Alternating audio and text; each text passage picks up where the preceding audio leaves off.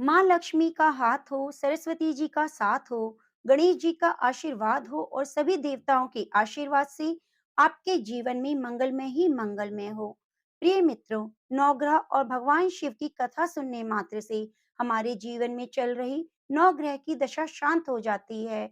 आप इस कथा को पूरी श्रद्धा के साथ प्रसन्नचित मन से अंत तक जरूर श्रवण कीजिएगा और कमेंट बॉक्स में ओम नमः शिवाय जरूर लिखिएगा। नवग्रह का ध्यान करते हुए कथा का शुभारंभ करते हैं। किसी गांव में दो भाई बहन रहते थे। एक बार भाई अपनी बहन से मिलने जा रहा था। रास्ते में एक सांप बैठा था जो भाई को डसने को तैयार था। भाई ने सांप से विनती की, तू मुझे मत डस क्योंकि मैं अपनी माँ का इकलौता बेटा हूँ, अपने भाई का भी एक ही भाई हूँ। सांप नहीं माना। उसने कहा, तेरी नवग्रह की दशा चल रही है, मैं तो तुझे डसूंगा ही। भाई बोला, ठीक है, तुझे डसना है तो डस लेना, लेकिन मुझे अपनी बहन से मिलकर आने दे। फिर सांप बोला, क्या पता तू इस रास्ते से आए या ना आए, इसलिए मुझे तो अभी ही डसना है। भाई ने सांप से कहा कि ठीक है, मुझ पर विश्वास नहीं है तो मेरे थैले में बैठ जा। उसने सांप को अपने थैले में रख लिया, ऊपर से उस पर फूल पत्ते रख दिए। भाई बहन के घर पहुंचा। उस समय बहन नवग्रह की कहानी कह रही थी। बहन ने कहा, भाई तू पहले बैठ जा, पहले मेरी कहानी कहेंगे, फिर दोनों बात करेंगे। बहन ने कहानी कहनी शुरू की। जीव की, जानवर की, हाथी की, घोड़े की, भाई बहन की, घर के धनी की, लड़की की, जमाई की, देवरानी की, जिठानी की, सास की, ससुर की, संग की सहेलियों की, सबके नौ ग्रह शांत हो जाओ। ग्रह चाले 8 पग, बंदा चाले 4 पग, सांप बिच्छू भंवरे सब आग में जल जाए। कहानी कहकर बहन खड़ी हो गई। बहन ने अब भाई की सुध ली और कहा, भाई इस थैले में क्या लाया है? भाई बोला, बहन कुछ नहीं लाया। लेकिन बहन ने जबरदस्ती थैला छीन लिया और जब खोला तो उसमें रखे बेल पत्ते, फूल, केले, संतरे बन गए और सांप रखा हुआ था वह हार बन गया। केले संतरे उसने बच्चों को दे दिए और हार खुद पहन लिया। हार पहनकर घर से बाहर आई तो भाई बोला कि बहन तू तो बहुत गरीब थी, फिर ये हार कहाँ से आया?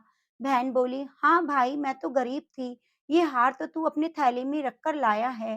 भाई को आश्चर्य हुआ। उसने कहा कि थैले में तो अपनी मौत का सामान लाया था, ये हार तो मैं तेरे लिए नहीं लाया।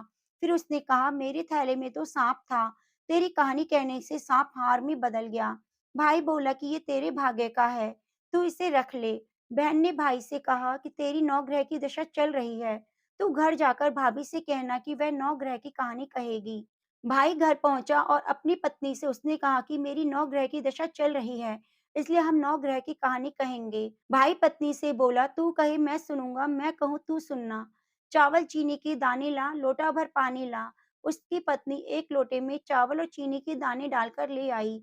कहानी कही, जीव की, जानवर की, हाथी की, घोड़े की, कुत्ते की, बिल्ली की, देवरानी की, जिठानी की, सास की, ससुर की, घर के धनी की, बहन की, भाई की, सबके नौ ग्रह शांत हो जाएं। ग्रह चाले 8 पग, बंदा चाले 4 पग, सांप बिच्छू भंवरे सब आग में जल जाएं। आज वार, रविवार, सोमवार, मंगलवार, बुधवार, वीरवार, शुक्रवार, शनिवार, सातों बारों को नमस्कार, धरती माता को नमस्कार, नौ ग्रह को नमस्कार।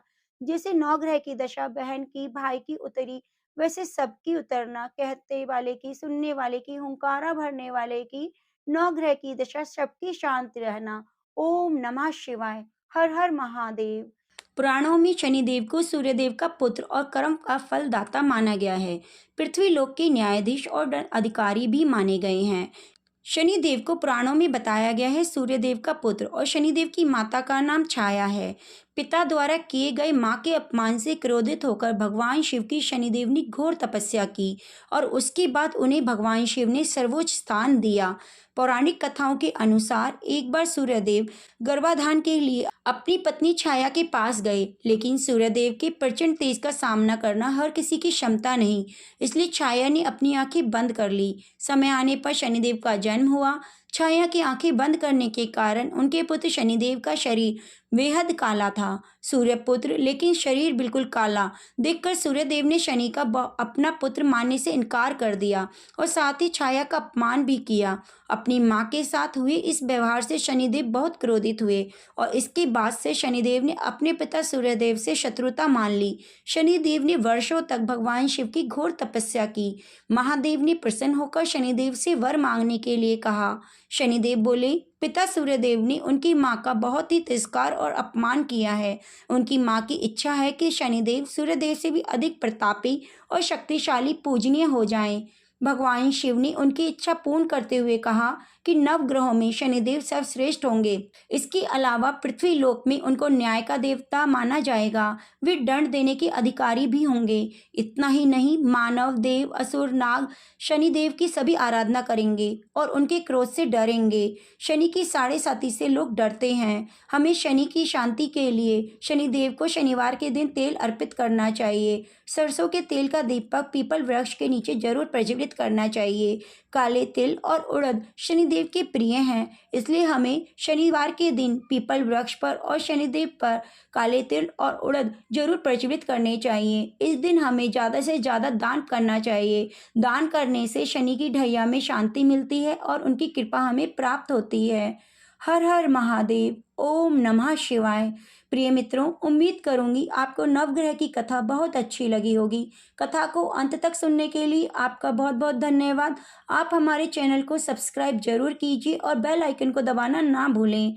हे भोलेनाथ, आपकी ये जो कथा अंत तक सुन रहा है, श्रवण कर रहा है, हुंकारा भर रहा है, आप उन पर अपनी कृपा सदैव बनाए रखना।